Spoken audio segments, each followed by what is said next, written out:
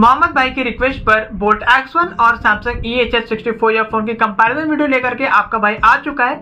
और इस वीडियो में हम बहुत ही डिटेल में कंपेयर करने वाले एक एक चीज के ऊपर, वो चाहे बिल्ड क्वालिटी हो, चाहे वो कॉलिंग एक्सपीरियंस हो, चाहे मूवीज के लिए आपको अच्छी ईयरफोन चाहिए, म्यूजिक के लिए चाहिए, गेमिंग के लिए चाहिए, सब चीजों के बारे में एकदम डिटेल में बात करने वाले हैं। तो वीडियो को आप लोग एंड तक देखिएगा। और चलिए इस वीडियो को शुरू करते हैं, लेकिन उससे पहले एक छोटा सा रिक्वेस्ट है मेरा, वीडियो को एंड तक देखने के बाद अगर आपको वीडियो अच्छा लगता है तो प्लीज लाइक शेयर कमेंट जरूर कीजिएगा और चैनल को सब्सक्राइब करके बेल आइकन को भी हिट कर दीजिएगा, सो दैट ऐसे ही अमेजिंग कंपैरिजन वीडियोस की नोटिफिकेशंस आपको मिलती रहे। तो सबसे पहले इन दोनों ईयरफोन्स के प्राइसिंग को डिस्कस कर लेते हैं। तो X1 आपको देखने के लिए मिलता है 349 से 399 के बीच में, वहीं कभी कभी इसके प्राइजेस 349 से कम भी हो जाते हैं। वहीं सैमसंग EHS64 की बात करें तो ये ईयरफोन आपको देखने के लिए मिलेगा 374 से 399 के बीच में, और इसका भी प्राइस कभी कभी ड्रॉप होकर के 374 से कम हो जाता है, जैसे कि मुझे इसका प्राइस पड़ा 371। तो देखा जाए तो ज्यादा डिफरेंस नहीं है, 20 से 30 रुपए का डिफरेंस आता है और दोनों ईयरफोन 400 रुपए के अंदर में हमें देखने के लिए मिलता है। तो कह सकते हैं कि दोनों ईयरफोन्स के प्राइजेस सेम है। इन दोनों ईयरफोन्स की प्राइसिंग को हमने डिस्कस कर लिया है। चलिए अब इन दोनों ईयरफोन्स के बॉक्स कंटेंट को कंपेयर करते हैं। सबसे पहले देखते हैं बोल्ट X1 की बॉक्स में हमें क्या कंटेंट देखने के लिए मिलता है। तो बॉक्स के अंदर सबसे पहले आपको देखने मिलेंगे बोल्ट ऑडियो बेसबड्स X1 ईयरफोन। इसके अलावा एक पॉली बैग के अंदर में कुछ डिफरेंट साइजेस के ईयर टिप्स और ईयरफिन्स आपको देखने के लिए मिलेंगे, जिसमें आपको 2 pair of year tips small size के और 2 pair of year tips large size के देखने मिलेंगे। और ऐसे ही आपको ईयरफिन्स भी मिलेंगे, 2 pair of small size ear fins and 2 pair of large size ear fins. और देखने के लिए मिलेंगे आपको एडिशनल 3 मंथ्स वारंटी कार्ड। और अब देखते हैं कि सैमसंग EHS64 ईयरफोन के बॉक्स में हमें क्या क्या देखने के लिए मिल जाते हैं। तो बॉक्स में सबसे पहले आपको देखने मिलता है सैमसंग EHS64 ईयरफोन, और आपको एक छोटी सी पॉली बैग के अंदर में कुछ डिफरेंट साइजेस के ईयर टिप्स देखने के लिए मिलेंगे, जिसमें आपको 2 स्मॉल साइज ईयर टिप्स मिलेंगे और 2 लार्ज साइज ईयर टिप्स मिलेंगे, जिसकी क्वालिटी बहुत ही अच्छी है। और आपको एक छोटा सा पीस ऑफ पेपर मिलता है जिसमें लिखा है कि सैमसंग EHS64 ईयरफोन अगर खराब हो जाता है तो प्लीज इसको आप वेस्ट में ना फेंकें।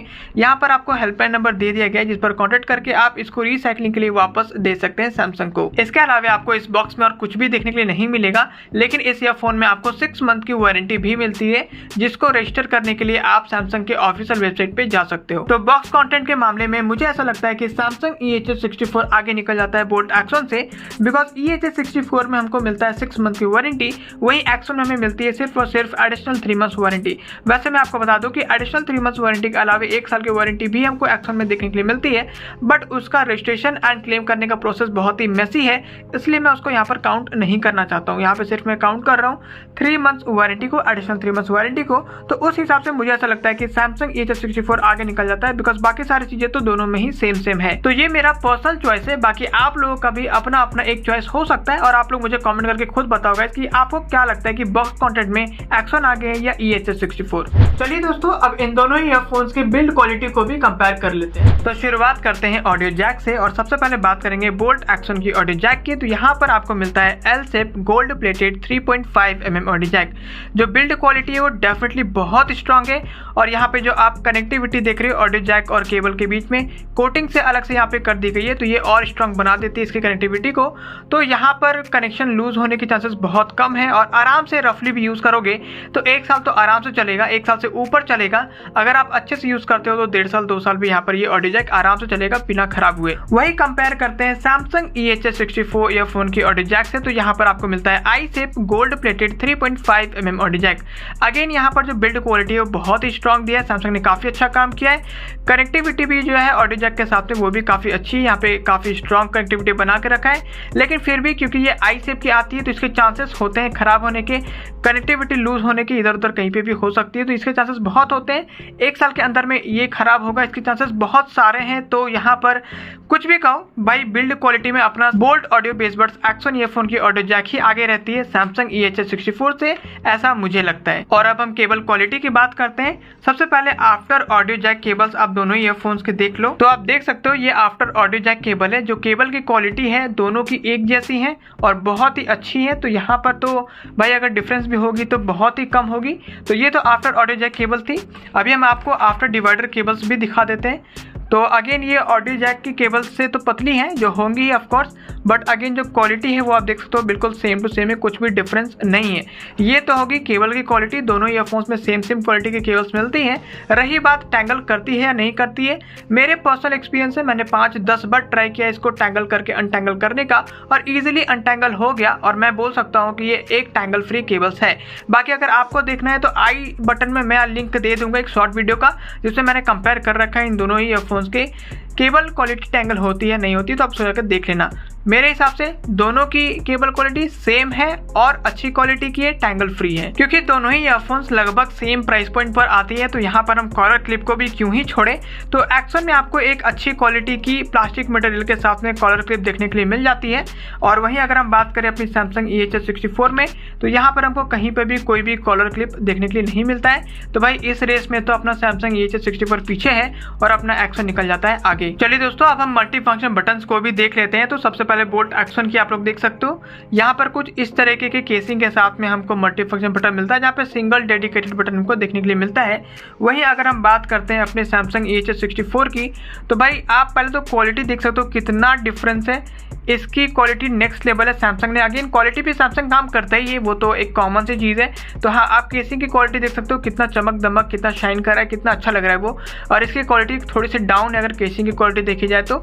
बाकी रही बात बटन्स की, तो यहाँ पर भी हमको एक सिंगल डेडिकेटेड बटन मिलता है और यहाँ पर भी हमको एक्शन में भी हमको सिंगल डेडिकेटेड बटन मिलता है, जिसका फंक्शन होता है कॉल को पिक और कट करना सिंगल क्लिक के साथ। सिंगल क्लिक के साथ आप म्यूजिक प्ले पॉज भी कर सकते हो, डबल क्लिक से नेक्स्ट सॉन्ग में चले जाओगे, ट्रिपल क्लिक करते हो प्रीवियस सॉन्ग्स में आ जाते हो, लॉन्ग प्रेस करते हो तो वॉइस असिस्टेंट एक्टिव हो जाता है। दोनों में ही सिंगल डेडिकेटेड बटन पे हमको ये फंक्शंस मिल जाते हैं। इसके अलावा सैमसंग EHS64 में हमको वॉल्यूम अप एंड लो करने का भी यहाँ पे बटन दे देता है, तो ये एक अलग से हमको फंक्शन मिलता है मल्टी फंक्शन बटन के ऊपर।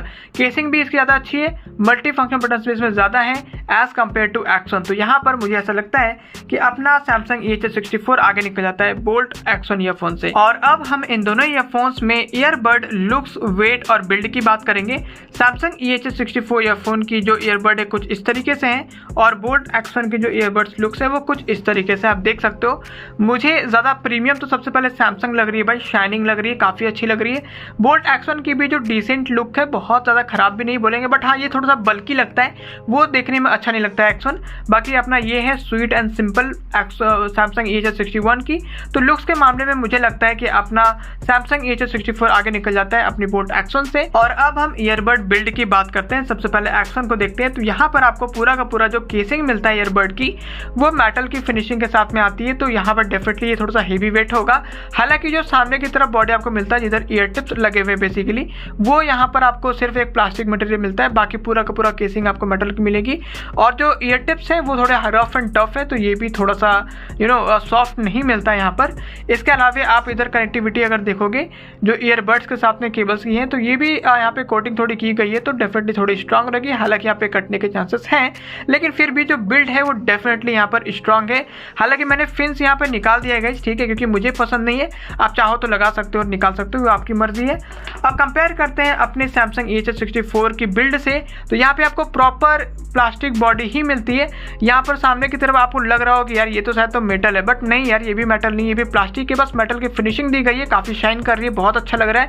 और जो यहाँ पे ईयर टिप्स है बहुत सॉफ्ट है, बहुत ही प्यारी है ईयर टिप्स, मुझे इसकी बहुत पसंद आई है, बहुत अच्छी क्वालिटी के साथ में दिया है सैमसंग ने। इसके अलावा इधर आपको रबर की यहाँ पर आपको कुछ कोटिंग देखने के लिए मिलती है, जो कि केबल्स की कनेक्टिविटी को बनाती है स्ट्रांग। तो हाँ, यहाँ पर भी जो बिल्ड है वो उतना खराब नहीं बोलेंगे। हालांकि यहाँ पे प्लास्टिक बॉडी हमको देखने के लिए मिलती है और एक्शन में हमको मेटल बॉडी देखने के लिए मिलती है। अब अगर हम गाइस वेट के बारे में बात करें, तो आप लोग समझ ही गए होंगे एक्शन की वेट ज्यादा होगी, बिकॉज यहाँ पे मेटल है और यहाँ पर है प्लास्टिक। लेकिन मैं आपको बता दूं कि एक्शन की वेट भी बहुत ज्यादा नहीं है अभी सिंपल अगर कंपेयर करें तो। लेकिन अगर इसमें ईयरफोन्स लगा देंगे ना, तो डेफिनेटली ये थोड़ा सा हेवी बन जाता है। ईयरफोन्स अगर इसके निकले हुए तो थोड़ा हल्का जरूर रहता है अपना एक्शन, लेकिन अगर हम सिंपली कंपेयर कर रहे हैं तो ज्यादा लाइट वेट है अपना सैमसंग EHS64। तो ओवरऑल बिल्ड क्वालिटी में बोल्ट एक्शन की बिल्ड क्वालिटी मुझे ज्यादा अच्छी लगती है as compare to Samsung EHS64। हालांकि सैमसंग ने भी बहुत ही अच्छा कोशिश करा है, और हाँ क्वालिटी डेफिनेटली इसकी अच्छी है सैमसंग की बोल्ट एक्शन से हर चीज के मामले में, लेकिन बिल्ड के मामले में अपना X1 ही आगे निकल जाता है। तो हम बोल सकते हैं कि X1 ज्यादा ड्यूरेबल है और लंबे समय तक X1 चलेगा as compare to Samsung EHS64। अब डिस्कस करते हैं माइक क्वालिटी के बारे में और आपको बताते हैं कि कॉलिंग के लिए इन दोनों ईयरफोन्स में आपके लिए बेटर कौन सा रहेगा। तो मेरे एक्सपीरियंस से Samsung EHS64 ईयरफोन की माइक क्वालिटी ज्यादा लाउडर है as compare to Boult X1। वैसे तो दोनों ईयरफोन की माइक क्वालिटी लगभग सेम टू सेम है, कोई खास डिफरेंस नहीं है, बट एक्चुअली डिफरेंस यहाँ पर आ जाता है तो माइक की पोजिशनिंग की। बोल्ट X1 में जो माइक की पोजिशनिंग है वो काफी नीचे है, जनरली जो सभी ईयरफोन्स में जहाँ होता है वहां पर तो हमारे माउथ से काफी ज्यादा दूर है। दैट इज वाई हमारे साउंड को कैच करने में उसको थोड़ी सी मेहनत लग जाती है, दैट इज वाई उसकी क्वालिटी हो जाती है डाउन। वहीं पे Samsung EHS64 की जो माइक की पोजिशनिंग है वो क्लोज टू माउथ है, तो ये काफी अच्छी एडवांटेज है जिसकी वजह से हमारे साउंड को काफी अच्छे से कैच कर पाती है, जिसकी वजह से ये लाउडर वॉइस रिकॉर्ड कर पाती है। तो ये मेरा एक्सपीरियंस है कि Samsung EHS64 ज्यादा बेटर माइक क्वालिटी के साथ में आती है, जहां पर आपको माइक को माउथ के सामने उठा करके लाना भी नहीं पड़ेगा, ये भी आपके लिए कन्वीनियंट होगा। तो हाँ, मेरे हिसाब से बोल्ट X1 से बेटर यहाँ पर Samsung EHS64 की माइक क्वालिटी है। बाकी आप भी माइक क्वालिटी चेक कर सकते हो, आई बटन में मैं वीडियो डाल दूंगा, एक शॉर्ट वीडियो डाल दूंगा, आप शॉर्ट वीडियो देख करके समझ जाओगे कि इसकी माइक क्वालिटी बेटर है। मेरी तरफ से अच्छी कॉलिंग एक्सपीरियंस के लिए आप Samsung EHS64 की तरफ जा सकते हो। अब बात करते हैं ऑडियो क्वालिटी की और आपको बताते हैं कि इन दोनों ईयरफोन्स में म्यूजिक और मूवीज के लिए आपके लिए कौन सा बेटर रहेगा। तो दोनों ईयरफोन्स की सबसे पहले तो जो ऑडियो क्वालिटी है वो लगभग सेम टू सेम है, कोई खास डिफरेंस नहीं है। मेनली जो डिफरेंस है वो है बेस का। देखो X1 में अपना मिलता है डीप बेस और आप बोल सकते हो पंची बेस, वहीं पर अपना जो Samsung EHS64 है यहाँ पर हमको मिलता है नॉर्मल बेस। तो मेनली इस दोनों ईयरफोन्स में बेस का डिफरेंस है, एक तो डीप बेस और पंची बेस के साथ में आती है, एक नॉर्मल बेस के साथ में आती है। इसके अलावे ट्रिबल्स हो गई, क्लैरिटी हो गई, वोकल्स हो गई, लाउडनेस हो गई, इन सब चीजें दोनों में ही हमको बराबर से मिलते हैं, लगभग कोई खास डिफरेंस इनमें नहीं है। तो मेरे हिसाब से दोनों ही ईयरफोन अच्छी है म्यूजिक पर्पज के लिए भी और मूवीज देखने के लिए भी।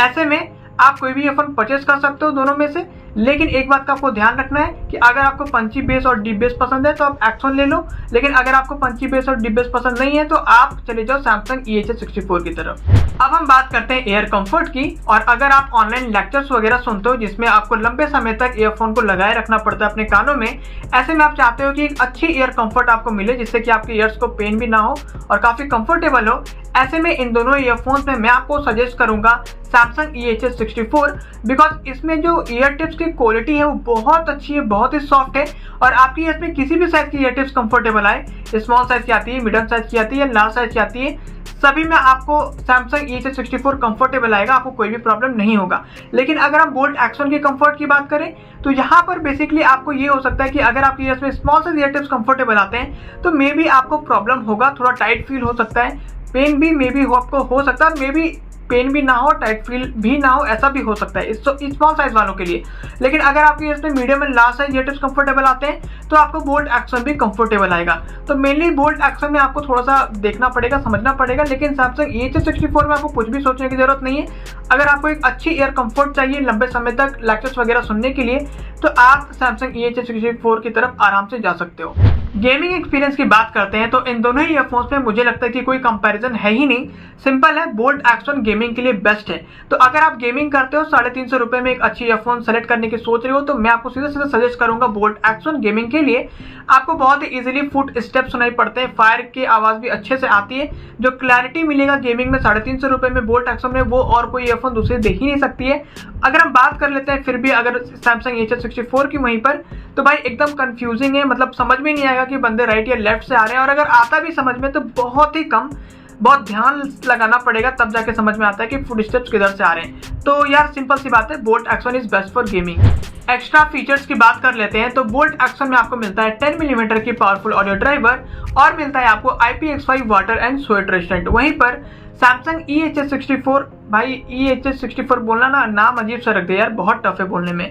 Samsung EHS64 में आपको यहाँ पर मेंशन नहीं किया गया है कि इसके अंदर में कितने मिलीमीटर के ड्राइवर है, और इवन अगर वाटर रेजिस्टेंट की बात करें, IP रेटिंग्स की बात करें तो भाई यहाँ पर सीधा सीधा उन्होंने लिख दिया है कि वाटर रेजिस्टेंट है, बट रेटिंग क्या है, क्या कोड है, कुछ पता नहीं। तो सीधी सी बात है भाई, यहाँ पर अपना बोल्ट X1 आगे निकल जाता है सैमसंग EHS64 से। ओके डन गाइस, कंपैरिजन हो चुका है कंप्लीट। अब आप लोग क्या करोगे, एक चेकलिस्ट बनाओ अपनी प्रायोरिटीज का और उस प्रायोरिटीज के अकॉर्डिंग में जो भी ईयरफोन परफेक्ट बैठता है आप उस ईयरफोन को परचेस कर लीजिए, वो आपके लिए एक बेस्ट ईयरफोन होगा। इसके अलावा इन दोनों ईयरफोन्स में कोई भी ईयरफोन आप परचेस करना चाहते हो तो इस वीडियो के डिस्क्रिप्शन में आपको एफिलिएट लिंक मिल जाएगा, जाइए और उस एफिलिएट लिंक से परचेस कीजिए, जिससे कि मुझे भी थोड़ा फायदा हो, थोड़ा फाइनेंशियली हेल्प मिल जाएगी और मैं आपके लिए और भी सारे प्रोडक्ट परचेस करके कंपैरिजन वीडियोस बनाता रहूंगा। तो फिलहाल इस वीडियो में इतना ही, हम मिलते हैं आपके साथ नेक्स्ट वीडियो में। Thanks for watching.